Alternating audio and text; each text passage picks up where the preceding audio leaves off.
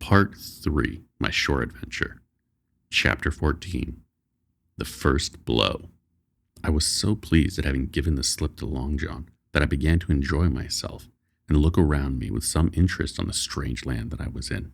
I had crossed a marshy tract full of willows, bulrushes, and odd, outlandish swampy trees, and I had now come out upon the skirts of an open piece of undulating sandy country, about a mile long, dotted with a few pines and a great number of contorted trees, not unlike the oaken growth, but pale in the foliage, like willows. On the far side of the open stood up one of the hills with two quaint craggy peaks shining vividly in the sun. I now felt for the first time the joy of exploration. The isle was uninhabited. My shipmates I had left behind, and nothing lived in front of me but dumb brutes and fowls. I turned hither and thither among the trees. Here and there were flowering plants, unknown to me. Here and there I saw snakes, and one raised his head from the ledge of a rock and hissed at me with a noise not unlike the spinning of a top. Little did I suppose that he was a deadly enemy, and that the noise was the famous rattle. Then I came to a long thicket of these oak-like trees, live or evergreen oaks, I heard afterward they should be called, which grew low along the sand like brambles, the burrows curiously twisted, the foliage compact like thatch. The thicket stretched down from the top of one of the sandy knolls, spreading and growing taller as it went, until it reached the margin of the broad, reedy fern, through which the nearest of the little rivers soaked its way into the anchorage. The marsh was steaming in the strong sun, and the outline of the spyglass trembled through the haze. All at once there began to go a sort of bustle among the bulrushes. A wild duck flew up with a quack, another followed, and soon over the whole surface of the marsh was a great cloud of birds hung screaming and circling in the air. I judged at once that some of my shipmates must be drawing near, along the borders of the fen. Nor was I deceived, for soon I heard the very distant and low tones of a human voice, which, as I continued to give ear, grew steadily louder and nearer. This put me in great fear, and I crawled under cover of the nearest live oak and squatted there, hearkening, as silent as a mouse. Another voice answered, and then the first voice, which I now recognized to be Silver's. Once more they took up the story and ran on for a long while in a stream, only now and again interrupted by the other. By the sound they must have been talking earnestly and almost fiercely, but no distinct word came to my hearing. At last the speakers seemed to have paused, and perhaps to have sat down, for not only did they cease to draw any nearer, but the birds themselves began to grow more quiet and to settle again to their places in the swamp. And now I began to feel that I was neglecting my business, that since I had been so foolhardy as to come ashore with these desperadoes, the least I could do was to overhear them at their councils, and that my plain and obvious duty was to draw as close as I could manage under the favorable ambush of the crouching trees. I could tell the direction of the speakers pretty exactly, not only by the sound of their voices, but by the behavior of the few birds that still hung in alarm above the heads of the intruders. Crawling on all fours, I made steadily but slowly towards them, till at last, raising my head to an aperture among the leaves, I could see clear down into a little green dell beside the marsh, and closely set about the trees, where Long John Silver and another of the crew stood face to face in conversation. The sunbeat fell upon them. Silver had thrown his hat beside him on the ground, and his great, smooth, blond face, all shining with heat, was lifted to the other man's in a kind of appeal. "Mate," he was saying, "it's because I think gold dust of you. Gold dust! And you may lay to that. If I hadn't took you like pitch, do you think I'd have been here a-warning you? All's up. You couldn't make nor mend. It's to save your neck that I'm a-speaking. And if one of the wild 'uns knew it, where'd I be, Tom? Now tell me, where'd I be?" "Silver," said the other man, and I observed he was not only red in the face, but spoke as hoarse as a crow, and his voice shook too, like a taut rope.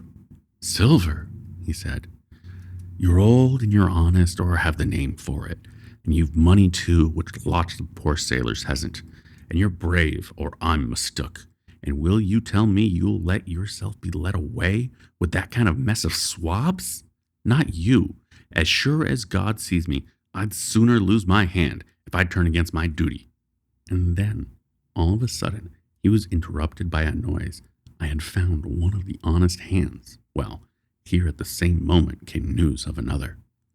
Far away out in the marsh there arose, all of a sudden, a sound like the cry of anger, then another on the back of it, and then one horrid, long-drawn scream.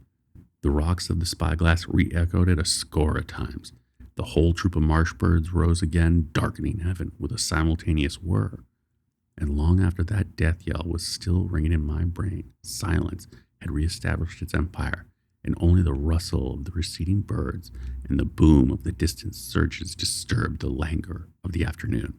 Tom had leaped at the sound, like a horse at the spur, but Silver had not winked an eye. He stood where he was, resting lightly on his crutch, watching his companion, like a snake about to spring. "John," said the sailor, stretching out his hand. "Hands off," cried Silver, leaping back a yard, as it seemed to me was the speed and security of a trained gymnast. "Hands off if you like, John Silver," said the other. "It's a black conscience that can make you feared of me. But in heaven's name, tell me, what was that?" "That," returned Silver, smiling away, but warier than ever, his eye a mere pinpoint on his black face, but gleaming like a crumb of glass. "That? Oh, I reckon that'll be Alan." And at that point, Tom flashed out like a hero.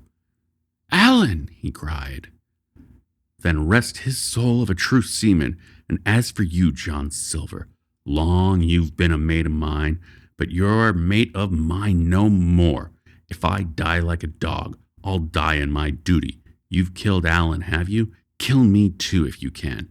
But I defies you."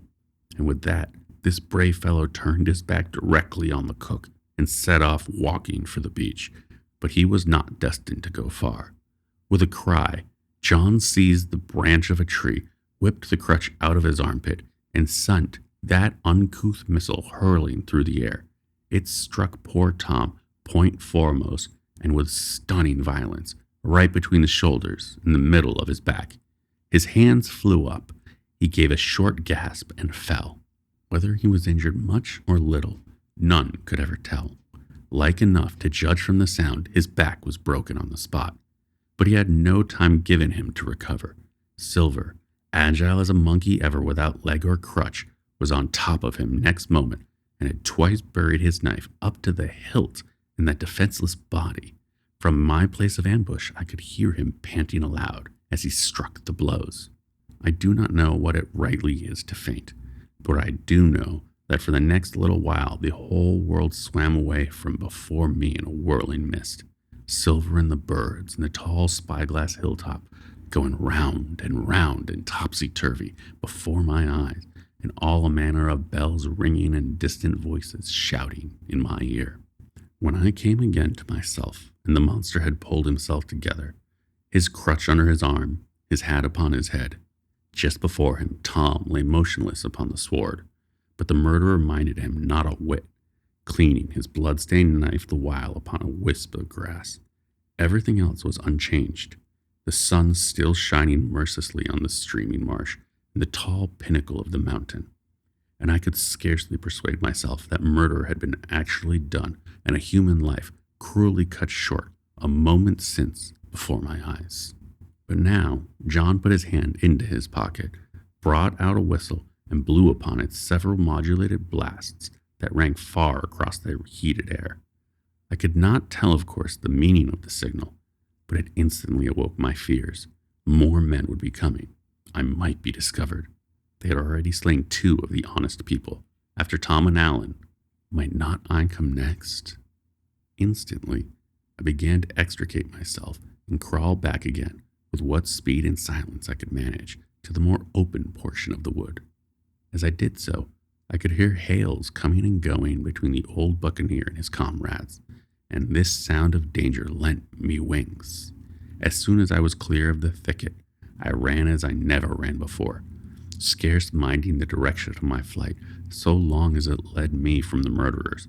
And as I ran, fear grew and grew upon me until I turned into a kind of frenzy. Indeed, could anyone be more entirely lost than I? When the gun fired, how should I dare go down to the boats among these fiends, still smoking from their crime? Would not the first of them who saw me wring my neck like a snipe's? Would not my absence itself be an evidence to them of my alarm, and therefore of my fatal knowledge? It was all over, I thought. Goodbye to the Hispaniola, goodbye to the squire, and the doctor, and the captain.